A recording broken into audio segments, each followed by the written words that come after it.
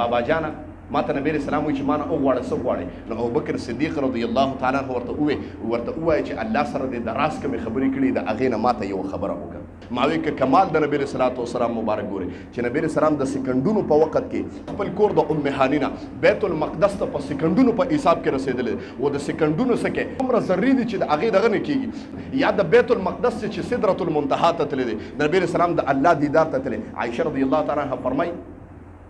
وی نبی رسول الله والسلام مبارک یو کور ته راغی د تاسو د نبی رسول الله د معراج یو خبره کوم چې تاسو شاید چې د مولیانو نه اورېدلي نبی رسول الله مبارک کور ته راغی ډېر خوشحاله ما ته عایشې وغواړه څه غواړې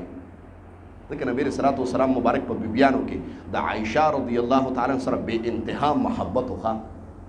یو روایت کې راځي چې نبی رسول الله والسلام مبارک په کور ته راننوته عایشې رضی الله عنها به لاسونه چاپېره کړه دا د ښځې سره د محبت علامه ده موږ الله دې معافي وکړي موږ ښځو ته نه راني بعضې ښځو ته نه راني مړه غوسې به وکړي بار به جګړه وکړي را به شي چې ښځه به د سر نه ونیسي بعضې داسې کسي الله دې معافي وکړي وایي نبي رسول الله والسلام محبت انتها وه وایي اکثر به چې عایشه پی به څکل پیاله کې نبي رسول الله مبارک ورته آواز وکړ عایشه تا چې په کوم د شونډې ایښې دي هغه ځای ما ته مخامخ کړه چې زه محمد یم په شونډه کېدم ټول څوک سبحان الله دا د هغې د کوره ورته د نبی رسول الله ازدواجي زندگی چې وګورې د نبی رسول الله باهر زندگی چې وګورې قسم د سراپا هی د سر نه واله تر خپو پورې د نبی رسول الله مبارک زندگی قسم د کته وګورې شاد دي خو موږ پې پوهېږو نه موږ ځان ته ګرانه کړې ده وایي عایشه څه دې پکار دی وغواړه چې درکړم چې روړم دله او تی د الله رسوله ووایم دا د ښځو د خاوند په مابین کې د ناز او دغه اکثر یو خبرې او تی عایشه ووایه د الله رسول ووایه وایي ووایه ده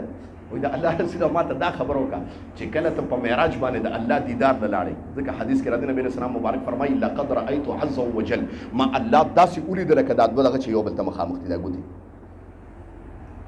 وایي یا دې کې د علماء اختلاف هم شته بعضې علما کرام فرمایي چې دنیاوي سترګې دا د الله ادراک نشي کولی دا مختلف فیه مسله په دې علما کرام پوهېږي دې کې بیا د دوو علماء د دوو ډلو خپلو کې اختلاف دی چې آیا د نبی رسول الله والسلام مبارک رؤیت په اسمان باندې شوی و که نه د الله دیدار په اسمان شوی و که نه هغه ځان له چې کوم دی نو مختلف فیه مسله ده په هغې طلبا علما پوهېږي وایي خو زمونږ د اهل سنت والجماعت حنفیانو دیوبندیانو دا عقیده ده چې نبی رسول الله مبارک الله لیدلی و ښه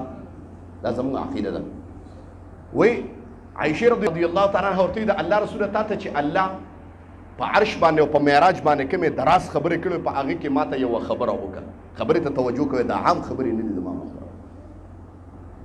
نبی رسول الله مبارک موسکی شو یا داسې راځي روایت کې چې عایشه رضی الله عنها ورته فرمایي اورګه تپوس کومه وایي سوچ پې کومه وایي بار لاړه د خپل پلار نه تپوس وکړ چې بابا جانه ما ته نبی رسول الله وایي چې ما نه وغواړه څه غواړې نو ابوبکر صدیق رضی الله تعالی عنه ورته ووایي چې الله سره دې د راز کومې خبرې کړي د هغې نه ما ته یوه خبره وکړه دا راله نبی علیه السلام مبارک ته وي نبی علیه السلام مسکی شو وایي عایشه دا خبره ستا نه ده ځکه نبی علیه السلام ته خو پته لګېده دا ستا خبره نه ده نبی علیه السلام وایي ښه وایي بل څه وغواړه نه د غواړم نو همدا به غواړم بل څه نه غواړم نبی علیه السلام وایي ښه وایي زه چې کله د الله سره زما د راز او د نیاز خبرې وي نو ما ته الله جنت ښکاره کړ خبرې ته توجه کوي چې کله د راز و د نیاز خبرې وي الله ما ته جنت ښکاره کړ او ما ته الله یو جمله وفرمایله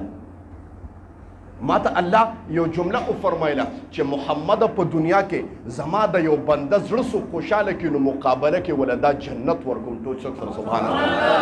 اوس خبرې ته توجه کوئ اخلاص نه ده وایي نبی رسول الله والسلام مبارک دا خبر وکړه عایشه راله خپل پلار ته ووایي چې نبی رسول الله مبارک دا خبره ماته وکړه او بکر صدیق چې دا خبره اورېده نو په ژړا شو ژړلې دا لور ورته وایي بابا جانه ته ولې ژاړې ما څه سخته خبره وکړه ما خو هغه ووایي چې ما ته محمد رسول الله ووایي ما د ځان نه خبره نه ده کړې دا بابا جان ورته ابوبکر صدیق ورته فرمایي وایي لورې تا د خبرې یو مخ لیدلی دی دویم دې نه دی لیدلی ما وایي څنګه بابا جانه وایي رب محمد رسول الله ته ووایي چې زما د بنده زړه سو خوشحاله کړي مقابله کې دا جنت ډایرکټ ورکوم لیکن د خبرې دا بل مخ هم وګوره چې زما د بنده زړه سو خفه کړي نو مقابله کې ډایرکټ جهنم ته غورځوم الله دې معافي وکړي نن ته وګوره د څونه مسلمانانو زړه ته ازار کړی دی، څونه مسلمانانو سره تا دوکې کړي دي زما محترمو، تا ته یادېږي د څونه خلکو نه تا مال نیولی دی، مال د ته قبضه کړی دی، دوکې دې ورسره کړي دي، دروغ دې ویلی دی، دل ازاري دې کړې ده. تا دا تصور کړی دی زما محترمو چې ما د څونه مسلمانانو زړه خوشحاله کړی دی او څونه خلک ما جړولي دي، دا تصور دې کړی دی. و ما ووی چې ډایرکټ چې څوک مسلمان دې خفه که زړه دې خفه که، نو چې څنګه مقابله کې په خوشحالۍ کې ډایرکټ جنت میلاویږي، هغه دغسې په خفګان باندې ډایرکټ جهنم هم میلاویږي زما محترم. یا رسول سلام علیکا، یا حبیب سلام علیکا، صلوات